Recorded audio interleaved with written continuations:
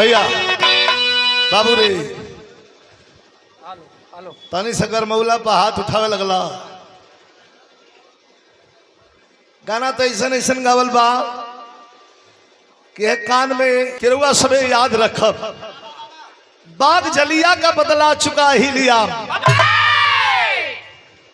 जाके लंदन में डायर प्रवार किया। जलिया वाले बाग में सन 1919 के बैसाखी का मेला लगा हुआ था। तमाम लोग मेला में जनते बड़ी मेला में भीड़ होला, तमाम लोग मेला में एकत्रित थे। वही में करतार सिंह उधम सिंह के पिता अपन लड़का 8 साल के लड़का लेके अंगुरी धरा के मेला देखे आई रहल। उसी समय जनरल डायर को पता चला कि जलिया वाले बाग में हिंदुस्तानी जमा हो गए हैं और अंग्रेजों के खिलाफ आवाज बुलंद कर रहे हैं। तर तर तर तर तर तर तर तर जे भैया गईल होई जे भैया ना गईल होई हमारा नजर से देख ले। जलिया वाले बाग में जाने के लिए एक ही रास्ता और आने के लिए भी एक ही रास्ता। भीतर बहुत बड़ा ग्राउंड बा, गली टाइप का छोटा सा गेट बा जलिया वाले बाग में। हम तो गई रही बिरहा रहे हमारे बहुत दिन पहले, आज के 20 साल पहले हमारा गीता त्यागी का तो घूमे खातिर हमने गई रही जलिया वाला बाग में। अमृतसर बिरहा रहे तो जलिया वाले बाग में जाए का रास्ता छोटा सा एक ही और निकले का भी रास्ता एक ही। जनरल डायर सिपाहियों को लेकर के पहुंचा और हिंदुस्तानियों को देख के खून खौल गया। भैया बोली मत जा, दूर दूर चल जाए भैया, चल जाए। तो कभी जी गर्मी बरकरार रखने के लिए कितनी सुंदर लाइन लिखते हैं, तर्ज से बढ़िया फर्ज भाई। एक एक लाइन कर्जे को छूते जाएगी। आई सुना हमार जो है नौजवान युवा साथी लोग बैठल बा, यहू लोग के गाना टच कर जाई। आज हमने के उम्र के बाटे वहू के गाना टच कर जाई। एकदम पुरान हो गई बाटे चाचा दादा बा वहू के गाना छू के निकल जाई। लेकिन कैसे मास्टर, जवानों के लिए, आज के युवाओं के लिए।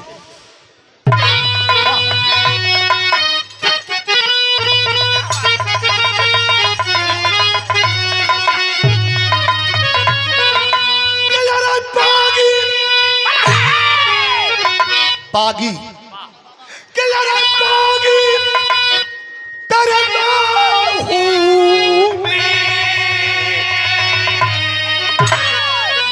तेरे लोहू में, ये जवानों के लिए लाइन है कि यार बागी तेरे लोहू में क्रांति की रवानी।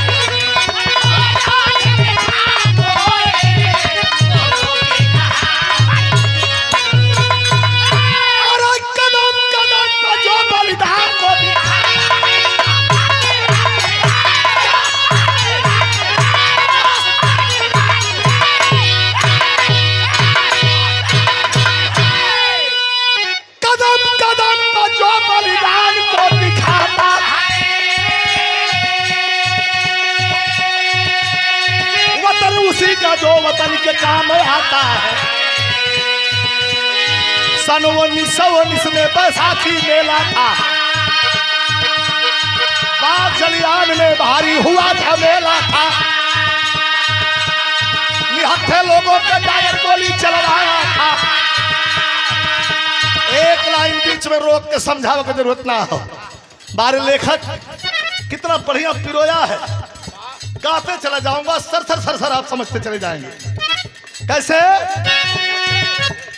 निहत्थे लोगों पे टायर गोली चला रहा था। खून से अमृतसर के धरती को नहलाया था। 8 वर्ष का एक उधम सिंह गुजारा था। बाग में गोली खाते बाप को निहारा था। बाग में गोली खाते बाप को निहारा था। खून न खाया कसम कितना दिखाऊंगा। खून न खाया कसम कितना दिखाऊंगा। बाप का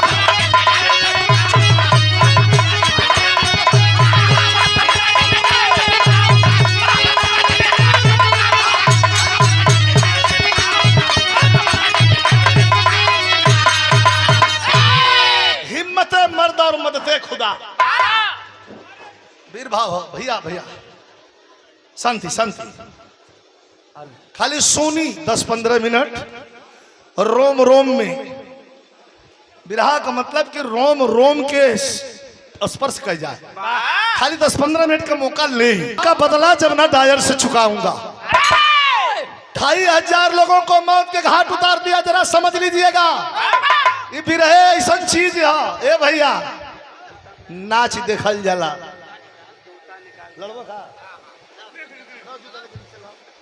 भाई लड़का है का जाने।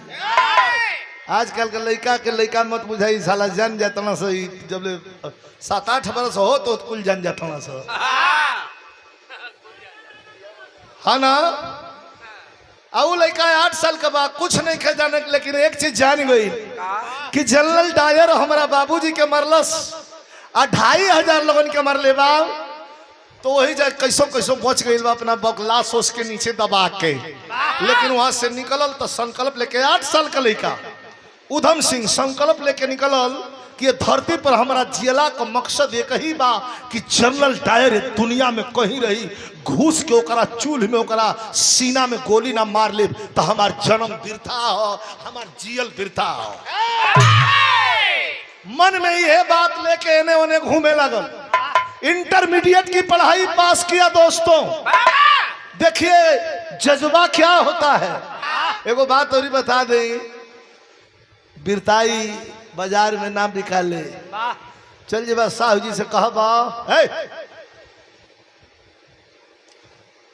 चल जे साहू जी से कहबा कि लाना तनी 10 रुपया की बिरताई दे दा। तो बिरताई बाजार में ना बिकाले। बिरताई खून में होले खून में। वो लड़का के खून में बिरताई बा। 8 बरस का रह कह कि इनके मारब जरूर। 2500 लोगों को मारा है तो इसको मारूंगा सिर्फ मैं मारूंगा। एक तरफ माता हिंगलाज देवी की पूजा दूसरे तरफ माता दुर्गा की पूजा तीसरे तरफ वाहे गुरु दी खालसा वाहे गुरु दी फतेह कह के समझ में आओ तो कुछ और चल दिया। तो कहाँ चला मास्टर इंटरमीडिएट की परीक्षा धीरे धीरे पास कर लिया। मन में बारूद जो चिंगारी बन करके आग उभरी थी वह धीरे धीरे बारूद का रूप करती है।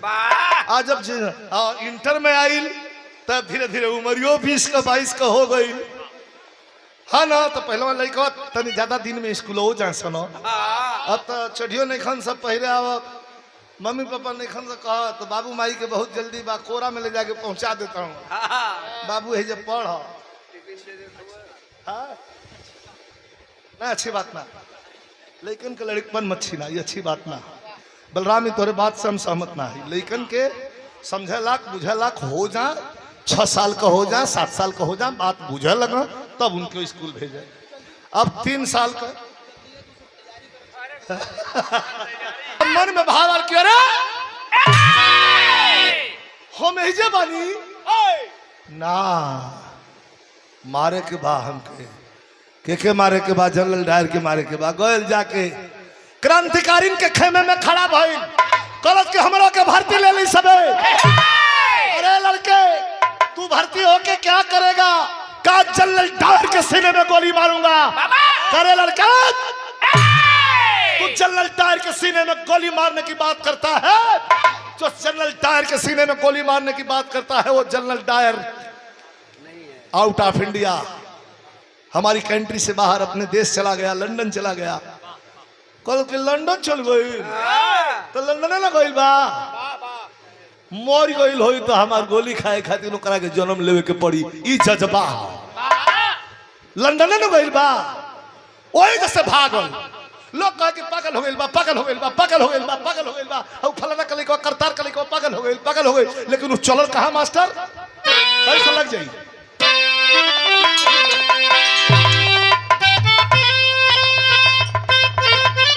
अरे का तर्ज कहे के भाई दादा बहुत बहुत तर्ज बा आवत ऐसा ऐसा तर्ज बिरहा के छाप ना मिटाए के चाहिए तर्ज तो ऐसा ऐसा बा कि कुल होते बा गवाते बा एगो सुनबे कैला है उजाला जी कहली है कि कुछ लोग में वो हो लोग सैया हमार ड्राइवर है साला के हरनवे पोकर ध्यान रहे सुतलो में दबावे मैंने बड़ी बड़ी कुल धुन चल गई कहे कि नहीं थे हाई देखी आनंद अपना गीत के भाव से हम आनंद दर्शा देते हैं क्या खूना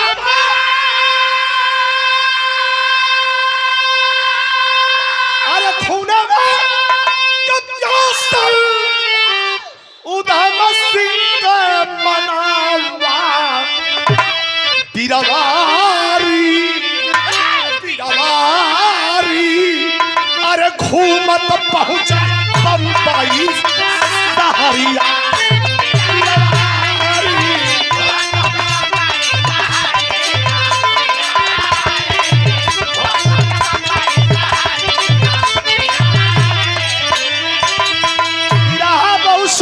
सब ये हम ना कह दुनिया से ऊपर भी रहा हो लेकिन इतना जरूर बताई जैसे फिल्म बैठ के रहुआ सबे देखी ला लगी कि पर्दा पर फिल्म चलते तो नहीं ध्यान दे जाए के बाद लंदन आया गए कहा बम्बई समुंदर के किनारे बैठ के एगो जगह बा बम्बई में ऐसा कोई किनारे बैठ के ओड़ा पाव खा के अपन दिन आदमी बिता लेला ओ जब बैठल बा सोचा था कि कैसे जाई कैसे मारी जाए खातिर पैसा चाहिए आतले समुंदर के पानी में नजर गईले ई कहा त का देखल कि धन पतरा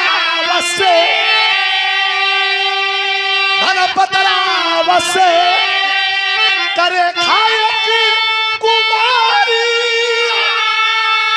अरे सगर में यही अरे कोरी लड़का नवारी तो न देखा लो उधम सिंह फिर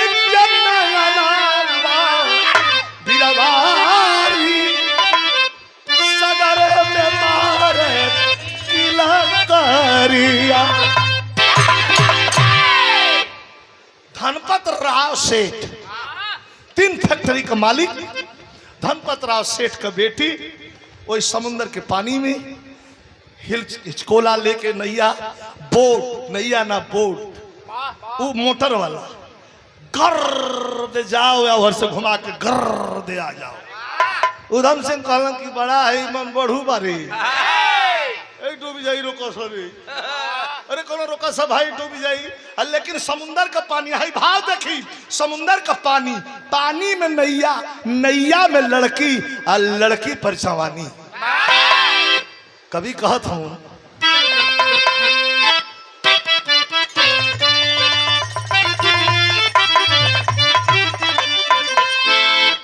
क्या लहर मारे लाइन आ गई लेकिन आप ना कि लहर मारे जवानी पानी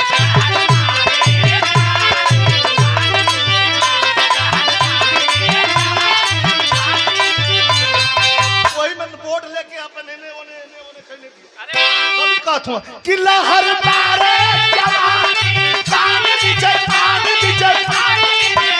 अरे क्या हुआ मौसम तूफानी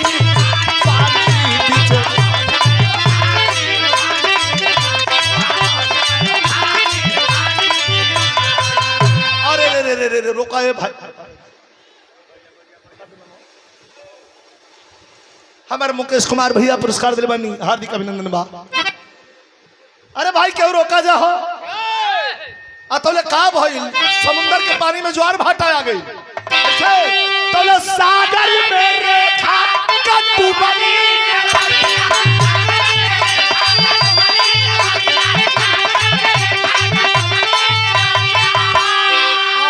दादा बोर्ड पलट गई।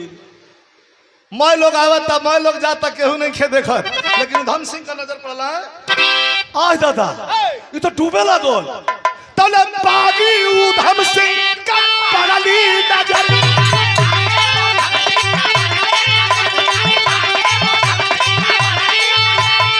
अरे डूबा लड़की पानी नीचे पानी नीचे। आई दादा ये तो डूबत या तो सोचे लागल कि मन सोच रहा है उधम सिंह। अरे ध्यान दे, लड़की डूब रहा बिया, नैया डूब गई। धनपत राव सेठ 3 फैक्ट्री के मालिक, उनका एकलौती बेटी और कोनो संतान ना, मैं प्रॉपर्टी वही का बा, आज वो डूबत दिया। उधम सिंह किनार पर बैठा सोच रहा है, ध्यान दे कि मन सोच रहा है उधम सिंह लड़की को बचाने जाऊंगा, टायर को कैसे मारूंगा जब बीच में डुबकी खाऊंगा। अरे हम तो डायर के मारे खातिर आइल बनी, लंदन जाए खातिर आइल बनी, कैसे डायर के मारो जब डूबिए जाए तो। फिर बागी दिल ललकार कहा, अरे फिर बागी दिल ललकार कहा, पीर जो हिम्मत हारोगे, एक लड़की नहीं बचा सकते तो डॉलर को कैसे मारोगे।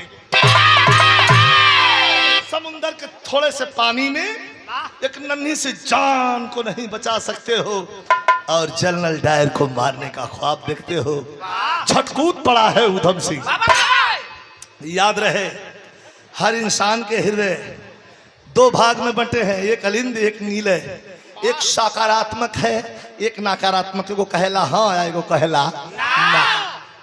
झटकूद पड़ा है उधम सिंह, झटकूद पड़ा है उधम सिंह, लड़की को पीठ चढ़ाया है, खा करके थपेड़ा लहरों का उधम किनार पर लाया है।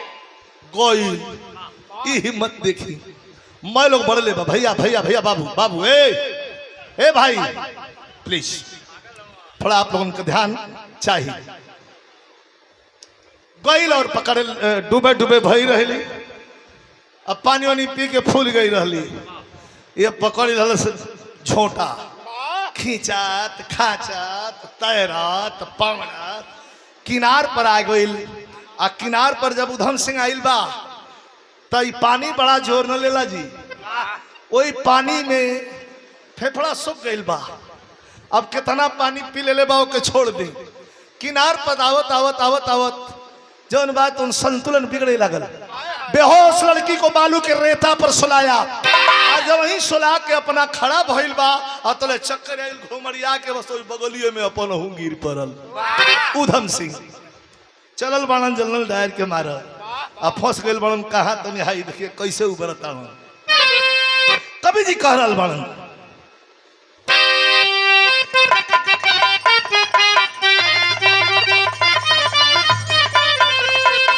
हालांकि काला पत्थर फिल्म का तर्ज रहे, लेकिन राम दे गुरु हमार गौलन ओकरा बाद हमनी का फिल्म में ले जाके गीत के अमर के देहली जा। लेकिन काला पत्थर में का गवई रहे, अरे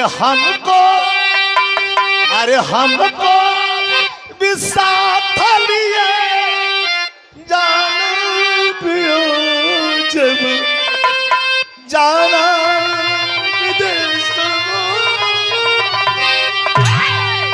के गुरुजी हमारे को कि नई झूलनी के छैया बलब दुप हरिया बिताई। लेकिन एक तरफ लड़की गिरी है, दूसरा तरफ उधम सिंह गिरे हैं, तो कभी कह रहा कि सोया सोया सूरज कवोरी पिमलयक ओरिया जोरिया।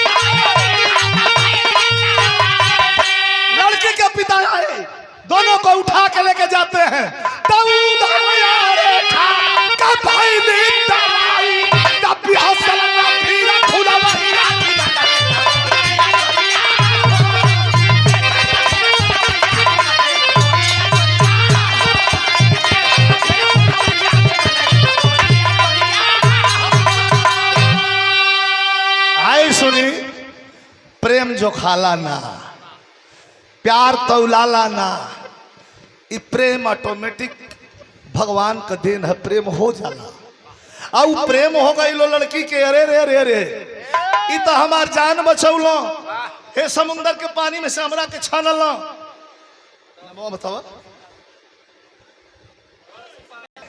बाबूजी चल गए बड़न आ फैक्ट्री, माई चल गई बड़ी शॉपिंग करे, घर में लड़की अकेली है। उधम सिंह बालकनी में बैठ करके अखबार पढ़ रहे हैं। ध्यान दीजिएगा, ये फिल्म की स्टोरी से तनको नहीं सीखे। अखबार पढ़ रहा बड़न और वही घड़ी चाय का प्याला हाथ में लेके और ओढ़नी दुपट्टा सर पर डाल के और बड़ा सलीके से उधम सिंह के पास पहुंचल बिया। आ जाके कहतिया कि ये हो तने ऊपर मोड़ी करा। उधम सिंह कहला हाँ कहा का बात बा, लेकिन कैसे कहतिया कह रही है।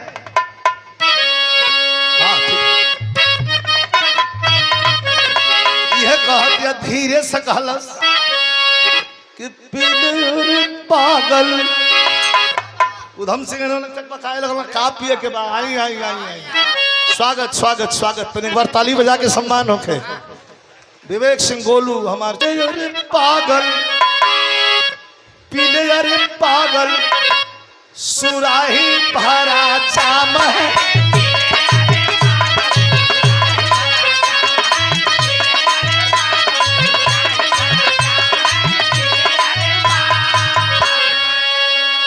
कि पीले अरे पागल सुराही भरा जाम है। लड़किया गलत कि मेरे पहलू में। अब भाई हम कह ना पाओ थे इनके तो ये भी रहवे ऐसा कुल याद है, ये भी रहवे ऐसा ना, लेकिन इनमें अगर सीन दिखावे के हुई तो गवैया खातिर तने सीन है। कैसे कि पीले यारे पागल अरे सुराही भरा जाम है। एक हाथ में ट्रे पकड़ ला, दूसर का हाथ उधम सिंह को कैलस कह कि मेरे पहलू में मधुशाला शराब है शराब है शराब है।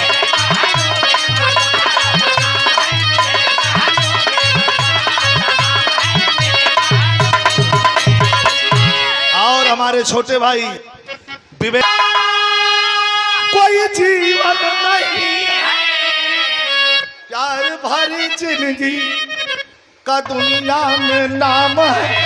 अरे बिना प्यार की जिंदगी कैसी, प्यार कर लो। एकलौती बाप का बेटी है, एकलौती बाप का बिटिया है, सारा धन तो उधम सिंह पीछे हटे। लड़की यहाँ गीत तो हैया हो, कोटेशन हो, कहते सुन सुन सुन लड़की सुन कि जाम जबरी अरे जाम जबरी पिलाना बुरा है।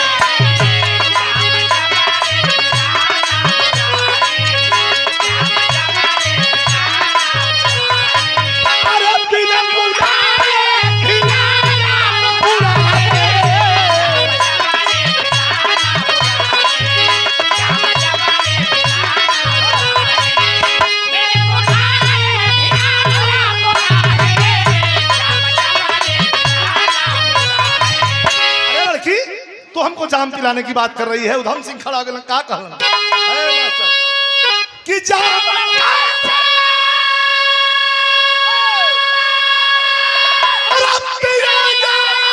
पागल अरे जो कि खून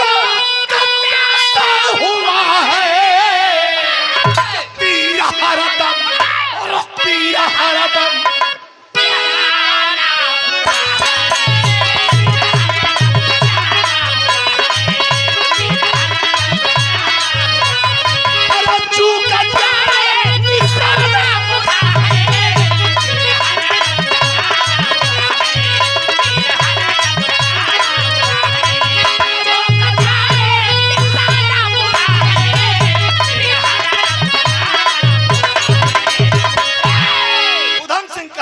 जाम पिलाने आई है।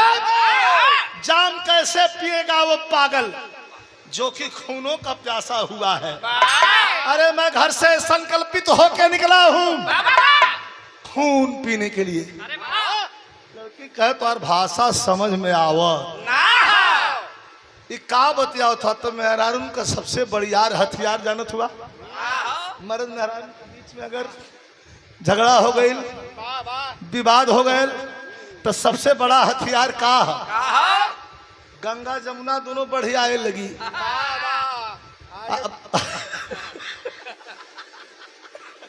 कवि जी गंगा जमुना दोनों बढ़िया आए लगी, रोवे लगी। हाँ, आ वही में कमजोर मर्द रही तो आंसू के संगे वो ढलक जाई, जाके वो आंस गिराव लगी। मत रोआ ए हमर रनिया, मत रोवा, मत चुआ चूरा चूरा, मत ऐसा मत करा, चुप हो जा। दस कमजोर शानदार मर्द रही तो 2-4 दिन तनी तना रही। अच्छा बोला चाली ना हुई तो माध्यम का हो, एगो लड़का छोट बा, अब डेके डेके नहीं चलो न मर्द से बोला चाली मेहरारू को बा, ना मेहरारू से बोला चाली मर्द का बा, और लड़का बीच में माध्यम बा। आके बैठल मरन झगड़ा कस के भइल बा, हमारा पीटा पीटी हो गइल बा। तो मेहरारू पूछी लड़कवा से, लड़की कहत बा कि नैया नैया के जानी तोड़ा गवार पिया के जीवन बनाला, अरे करा हमसे शादी के जीवन बनाला, अरे करा हमसे शादी क्रिया दिल पर ना छोड़ा हमार पिया।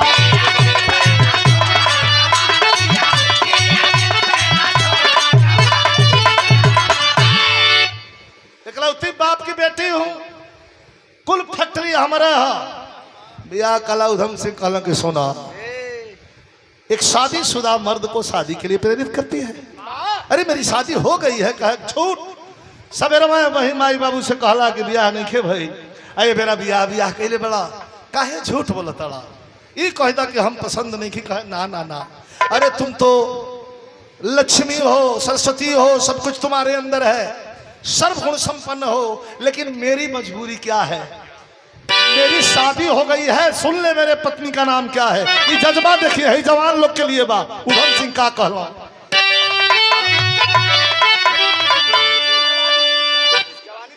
कि अरे जवानी जिसकी बागी बन गई, अरे जवानी जिसकी बागी बन गई, अरे बाधा सरप कफन है उधम सिंह पर।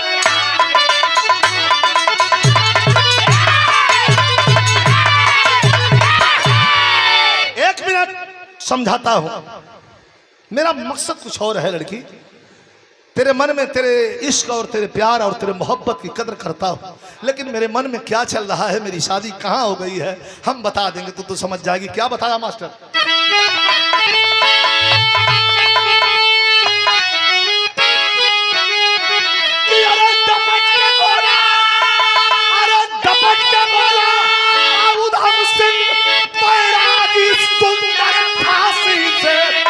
फांसी? हमारा दुल्हन का नाम फांसी है, फांसी। उर्मिला, परमिला, सीता, गीता, उजाला, तमाम नाम बा। बहन का, बिटियन का, लड़किन का, मेहरारून का, मतारी का, बहन का, ये तमाम नाम बा। ये नाम सुन ले बानी, फांसी नाम आज पहली बार सुन ली है। कहा हुए तो बतावा तो नहीं कि हमारा सब शादी कहाँ भइल बा। उधम सिंह बता रहा कि अरे टपक के बोला उधम सिंह बैरागी सुंदर फांसी से वही गई है रे भाग बड़ी।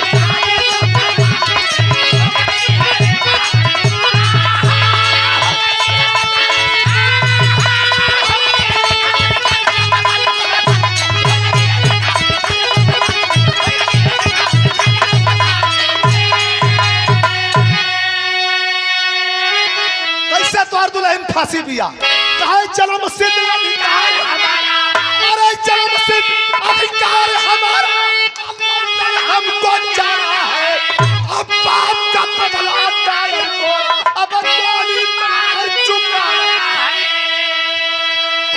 लंदन जाऊंगा, 2500 लोगों के कातिल मेरे बाप के सीने में गोली मारा था, जनरल डायर के सीने में गोली मारूंगा। लड़की कहल है बात लगा था लड़की कहल हो जान गई। अरे भाई बस करा अब तो और भी इज्जत बढ़ गई आपके प्रति मेरे मन में और भी सम्मान बढ़ गया। गलती मिस्टेक होने जा रहा था आजादी के दीवाने को और मैं जुल्फों में कैद करना चाहती हूं। ये मेरी गलती है, क्षमा करिएगा। चिंता मत करा, मत बिया करा, दोस्त बना लो। कहना लड़का का लड़की दोस्त कहा दोस्त बना लो। हाथ पर हाथ रख दिया, दोस्त तो बना लिया। कहा तो दोस्ती का फर्ज अपने अदा करो। तारी लड़की कहतिया लंदन जाइबा, कहा डायर के मरबा, कहा का पास में पैसा नहीं थे, का ना जाए खातिर टिकट का ना, तो मैं मदद कर दूं। उधम सिंह के आंख से आंसू गिरे लगे। कैसे के लिए बेचैनी से घूम रहा हूं कि कैसे जाऊं लंदन, कैसे अपने बाप के लाश पर किए हुए वादा को पूरा करूं। शाम को जब ही पिता फैक्ट्री से आए, जाकर के लड़की रोने लगी, कहती है पापा मैं लंदन जाना चाहूंगी टूर पे।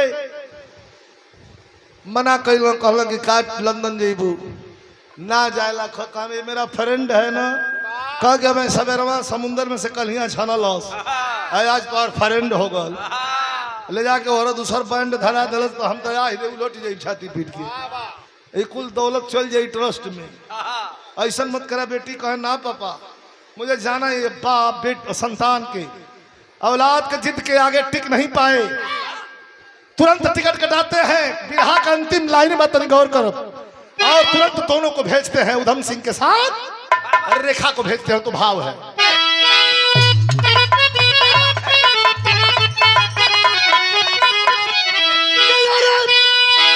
अरे चले भाई उधम सिंह जोड़ के संगवा में रेखा चलली बन के मददगार।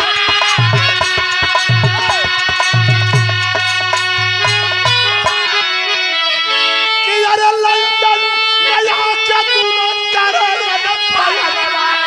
फोटो स्टूडियो खोला है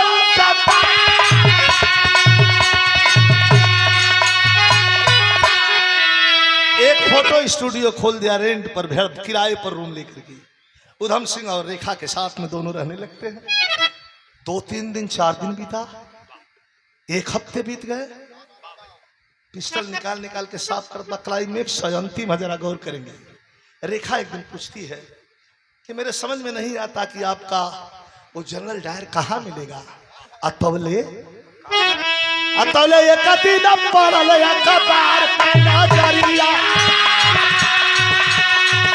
अरे डायर मिलल समाचार। एक दिन अखबार पर नजर पड़ी कि जनरल डायर बगल के ग्राउंड में आ रहा है भाषण देने के लिए। उधम सिंह कहला कि अब तैयार हो जा, काम लग गई बा।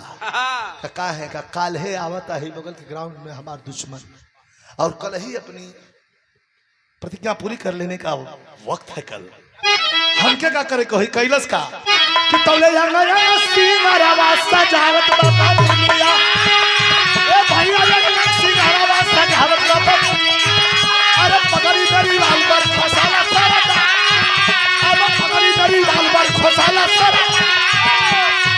तौले पंचवा पर आके टायर बोलल बाबा छे, भैया पंचवा पर आके टायर बोलल ढाई हजार लोग के रहली हम, 2,500 लोग के रहली हम। तौले लाल होई गईली उधम सिंह, अरे लाल होई गईली उधम सिंह। अरे पगड़ी शरीवार पर निकाला सर, पगड़ी शरीवार पर निकाला।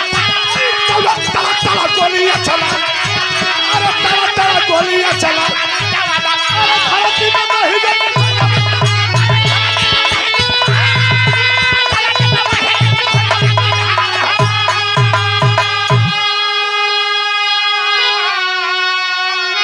हमारे छोट भाई बहुत अच्छे कलाकार, और अब आवाज देने लगा कि ऐ मेरे देश के वासियों, तुम्हारे सामने वही जनरल डायर खड़ा है जो जलियांवाले बाग में 2500 लोगों को कुत्ते की मौत मारा था।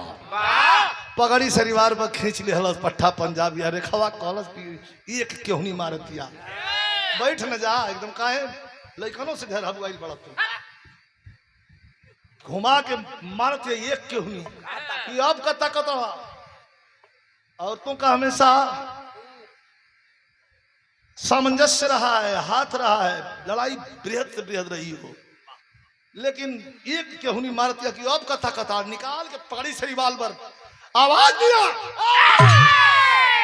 जब ही आवाज दिया जनरल डायर की, मेरे देश के वासियों, मैंने जलियांवाले बाग को खूनों से सींच लिया था, वही जनरल डायर हूं। मैं तो वहां से तबादला करा के आया, और भी लोगों को, हिंदुस्तानियों को, ब्लडी इंडियन को देख करके मेरा खून खौल जाता है। इतने में खड़ा भइल पट्टा पंजाबी उधम सिंह, और खड़ा होकर के दोनों हाथ ऊपर किया, आवाज लगाने लगा, भारत माता की, भारत माता की, भारत माता की।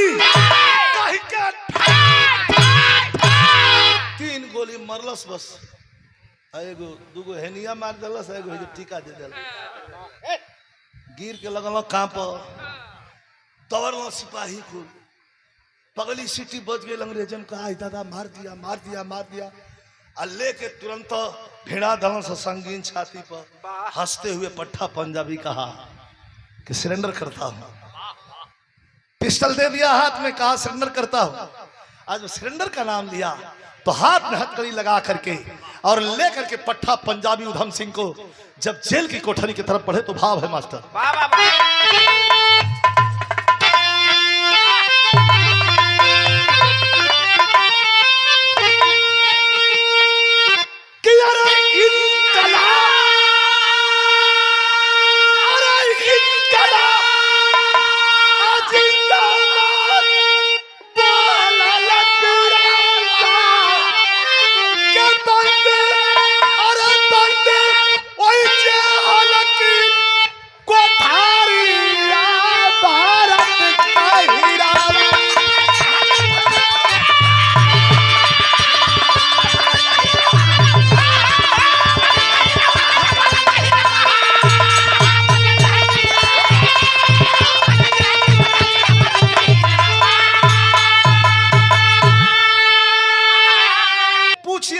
गुस्ताख से, ब्लडी इंडियन से सवाल करिए कि हमारे इतने बड़े अफसर के सीने में गोली इसने क्यों मार दिया सरकार। पट्टा पंजाबी से पूछा गया, कहा कि सर ये तो जवाब सीधा है, 2500 लोगों के सीने में गोली मार दिया, मेरे बाप के सीने में गोली मार दिया, तो क्या मैं ये सवाल करूं आपसे, पूछिए क्यों मार दिया गोली। जज गुस्से में आकर के कलम तोड़ दिया और कहा, जानते हो इसकी सजा तुम्हें क्या मिलेगी। कहा जानता हूं, फांसी। तोड़ के कलम जज उठ गया, कहा कल 12:30 पर अर्थात 12:30 बजे इसको फांसी पर चढ़ा दो।